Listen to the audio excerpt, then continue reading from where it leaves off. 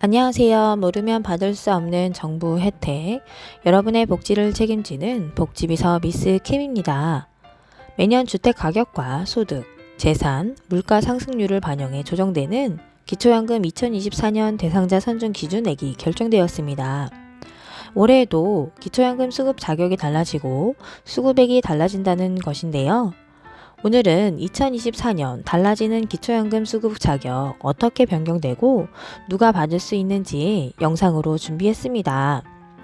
오늘도 시작 전에 구독과 좋아요 꾹 누르고 시작하도록 할게요.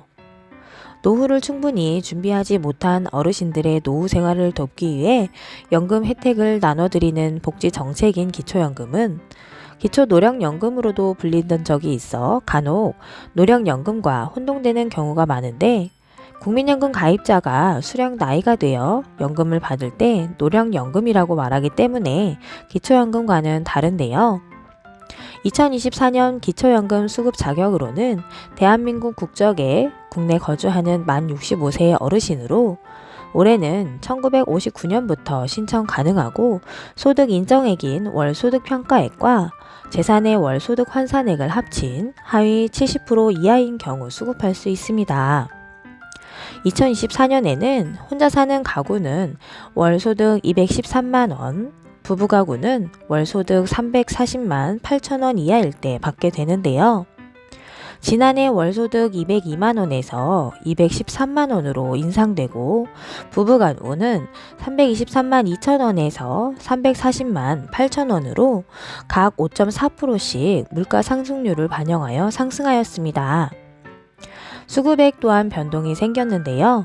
단독가구 월 최대 수급액은 33만 4,628원, 부부가구 월 최대 수급액 53만 5,400원으로 각각 3.6%씩 증가하였습니다. 또 작년까지 재산 기준에 포함되었던 배기량 3000cc 이상 또는 차량가에 4천만원 이상 고급 자동차 기준이 폐지되어 3000cc 이상 자동차를 소유한 분들도 소득 기준을 충족하면 기초연금을 받을 수 있게 되는데요. 기초연금은 나라에서 알아서 챙겨주는 것이 아닌 신청해야만 받을 수 있기 때문에 매해 달라지는 기초연금 수급 자격을 체크하여 부모님들이 해당하는지 꼭 확인해 보셔야 합니다. 기초연금을 산정하는 데 매우 중요한 월소득 인정액은 소득평가액과 소득환산액을 합친 결과로, 소득평가액의 경우 근로소득과 기타 소득 등을 계산하고, 소득환산액의 경우에는 현재 가지고 있는 재산을 월 환산액으로 계산하여 산정하게 되는데요.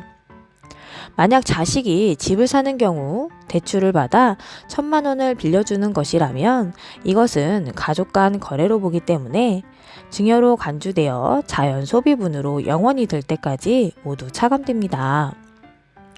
즉, 대출을 받아 자식에게 1,000만원을 빌려는 주었지만 모두 부모의 재산으로 포함되어 차감되는 것입니다.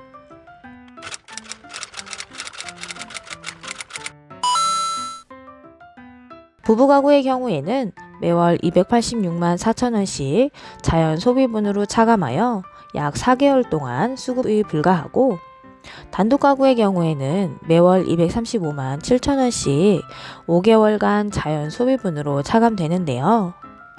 부채로 인정되는 경우는 금융기관의 대출금으로 제1금융권, 제2금융권, 보험회사, 공공기관 대출금이고, 부채로 인정되지 않는 경우는 마이너스 대출, 카드론, 법원에서 확인된 사채 이외의 개인 간의 부채, 가족 간의 임대 계약서에 의한 임대 보증금은 인정되지 않으니 대출을 받아 자식에게 빌려주었다면 부채로 인정되지 않는 것입니다.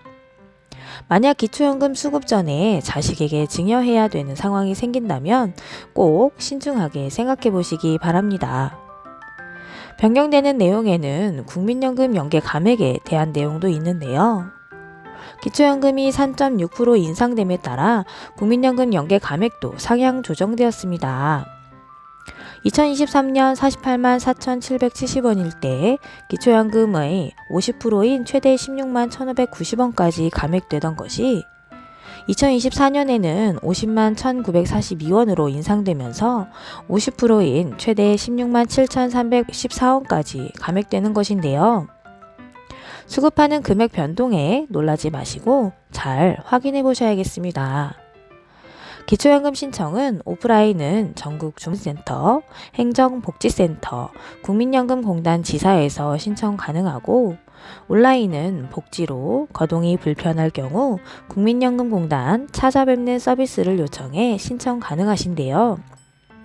2024년에도 많은 어르신분들이 신청하셔서 노후에 조금이나마 도움되시기 바랍니다. 이상 복지비서 미스 킴이었습니다. 감사합니다.